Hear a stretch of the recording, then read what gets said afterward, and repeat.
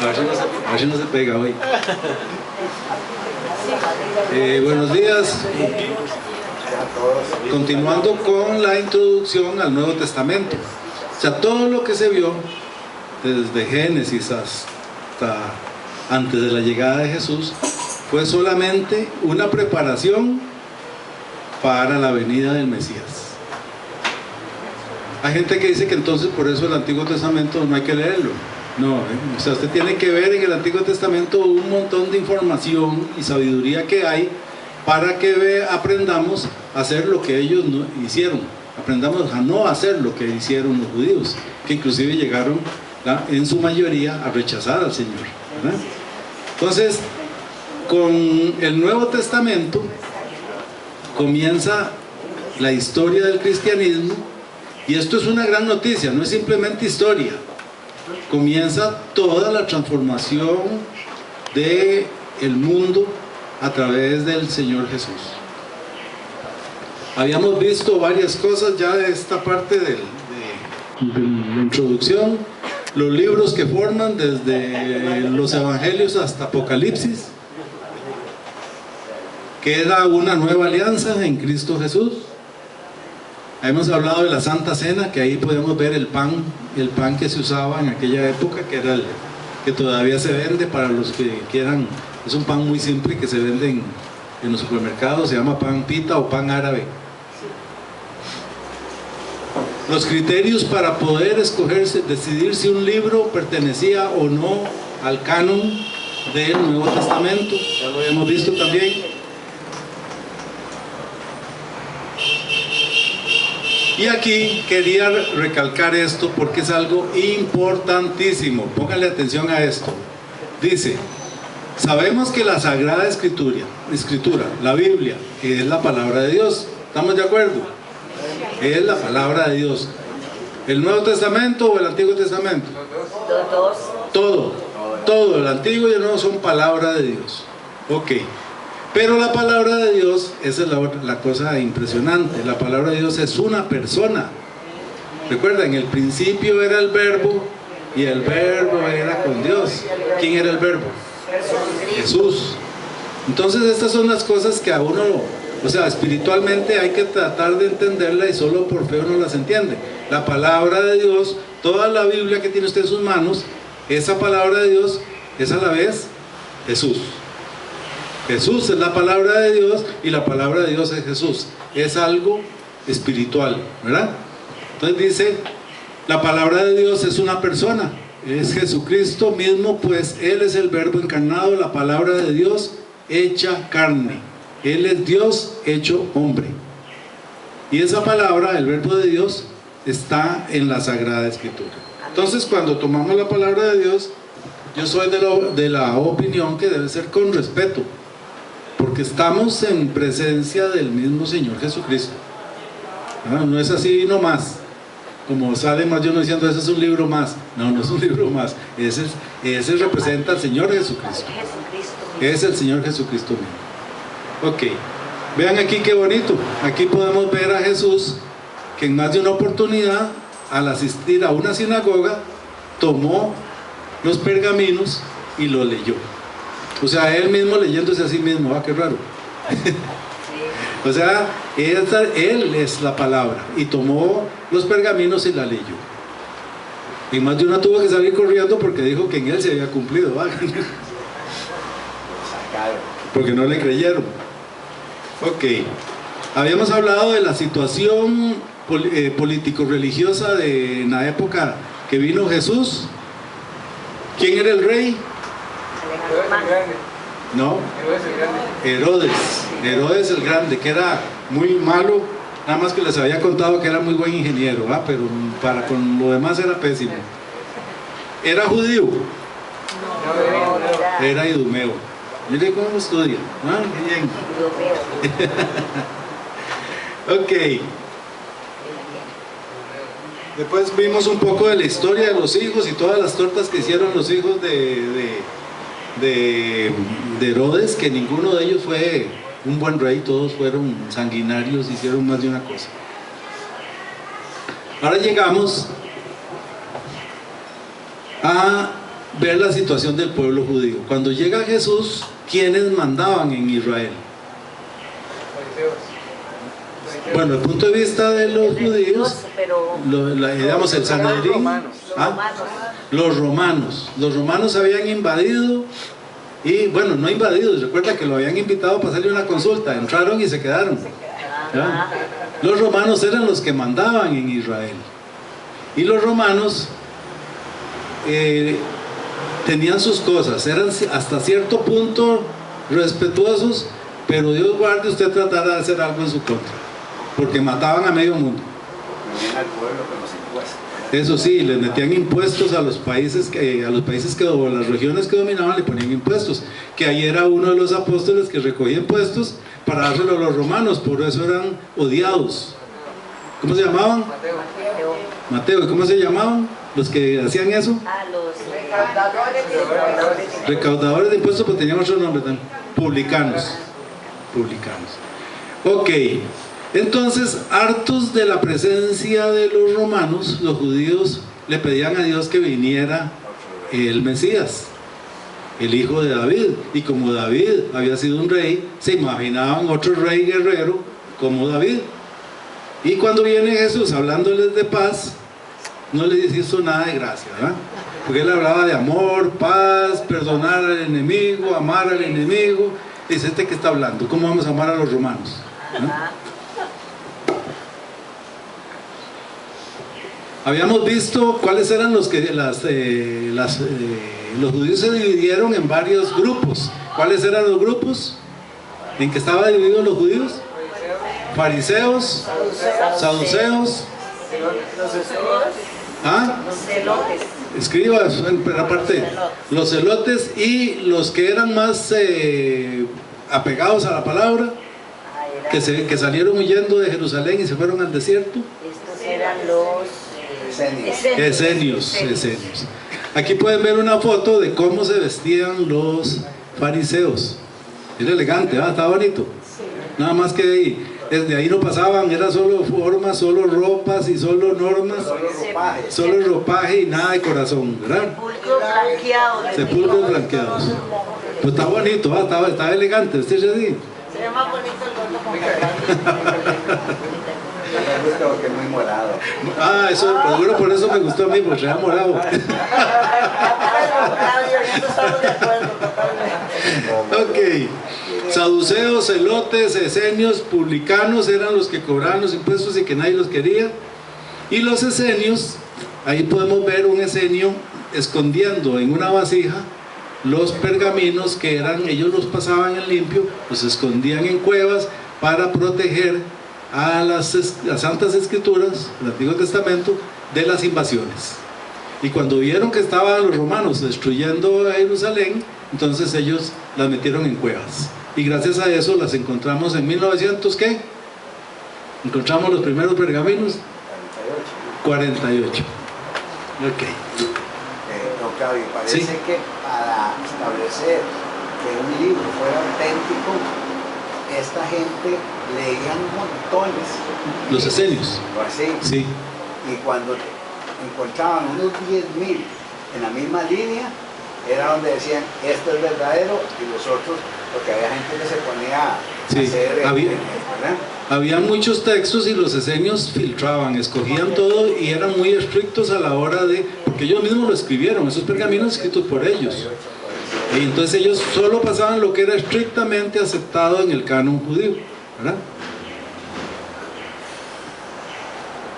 ¿Qué pasó con el templo en esa época? ¿Existía el templo en Jerusalén? Sí. Había sido llegó Jesús. No, sí. ¿Cuál era ese templo? ¿El primero, el segundo, el tercero? El de Herodes. ¿Qué se le llamó el segundo templo? Pero en realidad era el tercer templo. El primer templo, ¿quién lo construyó? Salomón. ¿El segundo? No. Cuando regresaron de Babilonia, ¿recuerdan? Esdras y Zorobabel. A algunos les tocaba construir el templo, a otros las murallas y a otros recuperar la palabra. Así se dividieron ellos. Ok, Y cuando llega Jesús, Herodes construyó un templo que fue el más feo de todos.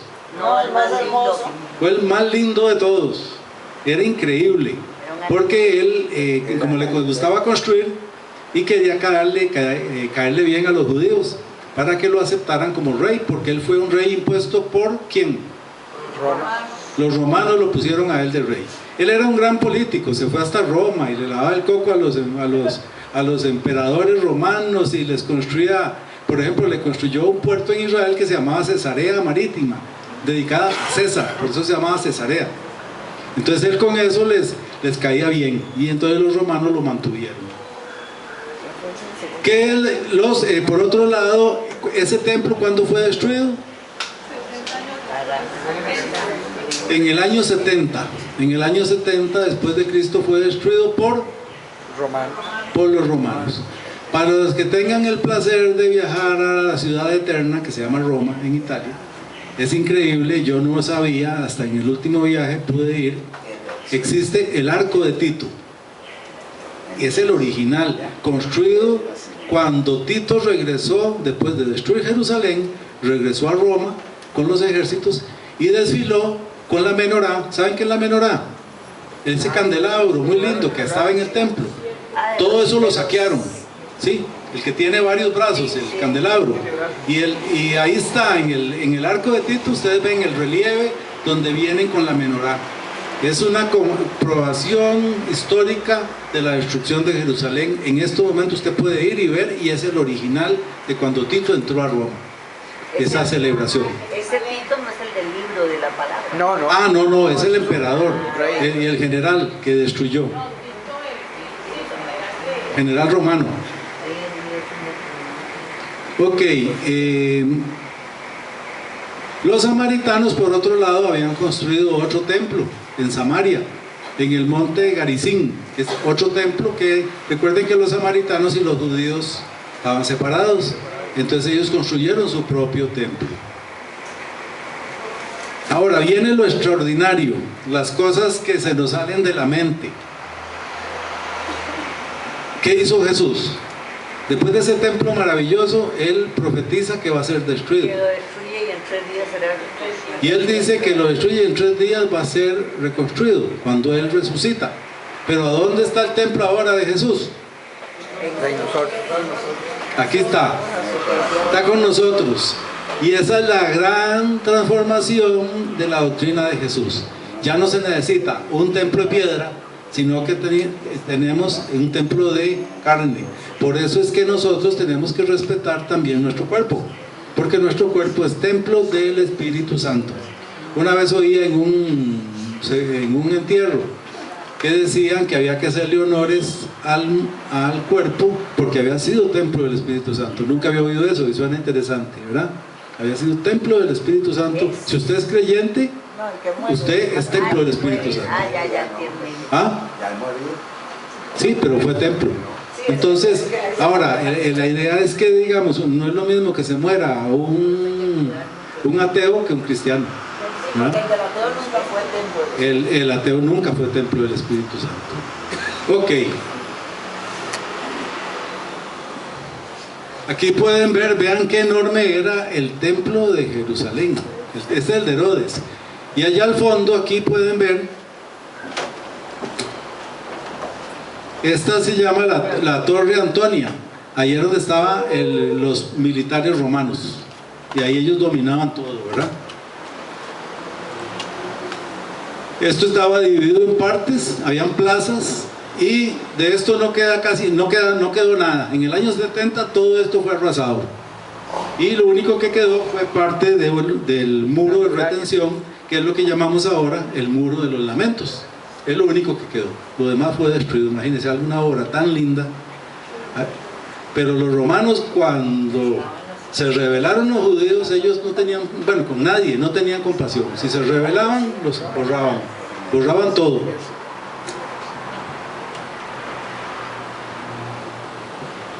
¿Qué eran las sinagogas? Sí, pues, lugares de reunión de los judíos. Lugares de reunión de los judíos. Las sinagogas se comenzaron a fabricar después de la destrucción principalmente del templo, porque ya no había lugar de reunión y los judíos dijeron, ya no tenemos templo, tenemos que reunirnos a estudiar la palabra. Entonces comenzaron a aparecer sinagogas por todo Israel. Entonces vemos, sinagoga viene del griego, que significa, como dijo Noldemar, reunión, lugar de reunión. Dice, eran centros de reunión religiosa que los judíos tenían en ciudades y pueblos, y algunas eran bastante grandes. A la entrada había un arcón portátil que contenía los rollos de la ley y los profetas, los cuales se leían y se comentaban. Era muy interesante, estaban guardados, digamos, como decir, guardada la Biblia ahí, el Antiguo Testamento, lo sacaban y lo leían, pero con los años se ponían muy viejos, se iban dañando, pero para ellos esos papeles, esos pergaminos eran sagrados. Entonces tenían un lugar donde iban guardando todos los pergaminos antiguos, no los botaban. Había maestros, rabinos, que se le llama al maestro judío, se le dice rabino, que podía ser reconocidos como guías por su capacidad de enseñanza, pero en realidad cualquier judío calificado podía pedir permiso para enseñar las escrituras. Vean qué interesante. ¿Saben por qué? Porque desde niño tenían que estudiar las escrituras. Si no había un rabino, el papá tenía que enseñarle la escritura al Huila. Así eran de estrictos. Por eso es que Jesús en más de una ocasión se levantó y dijo, yo voy a hablar, y se levantó a hablar y lo dejaron. Claro, después lo persiguieron, pero... Después sentó a los maestros, ¿Ah? Sentó a los maestros. Sí. Ok, aquí pueden ver una foto. Esta es la supuesta sinagoga de Cafarnaúm, a la orilla del mar de Galilea. Hace 5 años, cuando estuvimos ahí, nos dijeron que en esa había predicado Jesús. Ya hace 1 año que estuvimos ahí, nos dijeron que habían descubierto que no era esta. Está 4 metros abajo de esta. O sea, esta fue construida encima de en la que Jesús había predicado, y ya la encontraron. Es muy bonito porque allá a la par, a unos ¿qué pueden ser? Unos 30 metros, están las ruinas, que es muy probable que sea la casa de San Pedro. Ahí está, lo encontraron. Y comprobaron que primero fue casa, después lugar de reunión y después como una iglesia. O sea que en el lugar de San Pedro, donde vivió San Pedro, lo fueron usando durante muchos años. Don Claudio, el ¿Sí? Cafarnaúm es lo mismo que Capernaum. Sí. Es que, sí, es Cafarnaúm o Capernaum. ¿Ah? Significa ciudad de Nahum. Eso significa Cafarnaúm. Sí, porque yo lo he visto escrito de la forma de... Ahí hemos llegado al mar de Galilea, vamos caminando y llegamos a un restaurante que se llamaba así. Fuimos a comer pescado de Pedro. Claro que posiblemente no era de Pedro, ¿no? Pero ya lo conservaban. ¿Cómo duró tantos años? Ok. ¿Cómo era el sacerdocio en esa época? ¿Quiénes eran los sacerdotes en esa época? Cuando Jesús llegó. Se supone que eran los que venían de la tribu de Leví. Dice, recordemos que el sacerdocio hebreo era exclusivo de los que venían de la tribu de Leví, nada más. Los sumos sacerdotes que estaban al frente del resto de los sacerdotes eran descendientes de Aarón. Eso era lo estricto, así debió haber ser. Lo que pasa, políticamente comenzaron a manipular esos de algunos, y entonces los romanos nombraban al sumo sacerdote y comenzaron a hacer enredos. Esta manera hereditaria de acceder al sumo sacerdocio se desvirtuó en tiempo de los macabeos. Recuerdan que los macabeos en la guerra y mataron, entonces después vinieron los griegos y comenzaron a meter sus propios amigos. Y en el tiempo de Cristo, los sumos sacerdotes eran nombrados y removidos por los gobernantes romanos. Y les conté la vez pasada que el gobernante romano en épocas de Jesús era, ¿quién? El que estaba ahí en el cargo. No, romano. Pilatos. Y que un día de esos encontraron en Cesarea Marítima un trozo de una construcción donde habla de Pilatos. donde se comprueba históricamente, arqueológicamente la existencia de Pilato. ¿Sí? Claudio, una más curiosidad. Después de ese año 70 que dice usted, es una cuestión personal. Todavía a esta época, en el 2015, todavía siguen habiendo excavaciones y buscando como pruebas y evidencias a esta fecha para demostrar que, por ejemplo, a este tiempo, porque yo oigo y leo de que siguen excavando, siguen encontrando más cosas, que el arca de 9, que lo de Santa, toda la cosa, o sea, se sigue todavía con esa cosa de tantos años todavía. Sí, recuerden, primero que todo, el pueblo de Israel sigue siendo perseguido. Recuerdan que ellos se automaldijeron, dice, la sangre de este caiga sobre nosotros y sobre nuestros hijos. Pues eso lo han pagado miles de veces y siguen siendo perseguidos, y en estos momentos existe un movimiento mundial para decir que los judíos no existieron y que todo fue mentira, que David no existió, que bueno, todo eso. Entonces las mismas universidades hebreas dedican mucho tiempo, científicos, arqueólogos de primera línea, mucha plata, para demostrar que sí existieron. Entonces, como les digo, cuando estuvimos hace un año, el jefe que nos dio el curso, el que organiza todo, me dice, por mi casa están haciendo una excavación, se cree que es la tumba de los macabeos. Recuerda que les enseñé la foto, ahora resulta que sí era la tumba de los macabeos. Entonces ya, eso entonces dice, los macabeos existieron. Que David apareció, sí, que Pilato existió, eso demuestra que la historia de la Biblia es verdadera, y entonces ellos con eso le dicen al mundo, vea, Israel siempre ha existido, ¿verdad? Gracias a Dios que por eso, porque ellos no creen en Jesús, pero al estar excavando descubren más de una cosa de las que uno dice, mira qué maravilla, ¿verdad? Cómo se comprueba la palabra. Todo el tiempo, dicen que ahora, hace un año que estuvimos, nos dijeron que había 30.000 excavaciones en todo Israel. Y también es porque cada vez que van a hacer un edificio, una casa o lo que sea, siempre se encuentran algo debajo. Van a la construcción y comienzan a investigar, traen a los arqueólogos, pero es igual que usted va a hacer una casa en su lote y donde empieza hay algo. Pero por todo lado hay cosas. Comienzan a construir un pedazo de carretera, un nuevo edificio, y al final no lo pueden hacer porque encontraron un montón de cosas. Sin proponérselo. Sí, sin proponérselo. Es que toda la historia de Israel está ahí enterrada. Es una maravilla para nosotros los creyentes, ¿verdad? Posiblemente para el que vaya a hacer el edificio, qué pereza, ya no puedo hacerlo, ¿verdad? Pero es increíble y siguen descubriendo cosas. Ok, en la época de Jesús, el sumo sacerdote era Anás, pero el que condena a Jesús a muerte es Caifás, ¿verdad?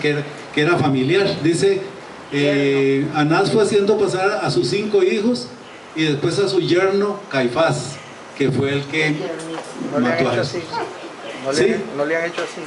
Sí, ya me hicieron así. Ya me hicieron así. Bueno, entonces la próxima vez seguimos con la introducción al Nuevo Testamento. Descubren ahí algo, ya no les permiten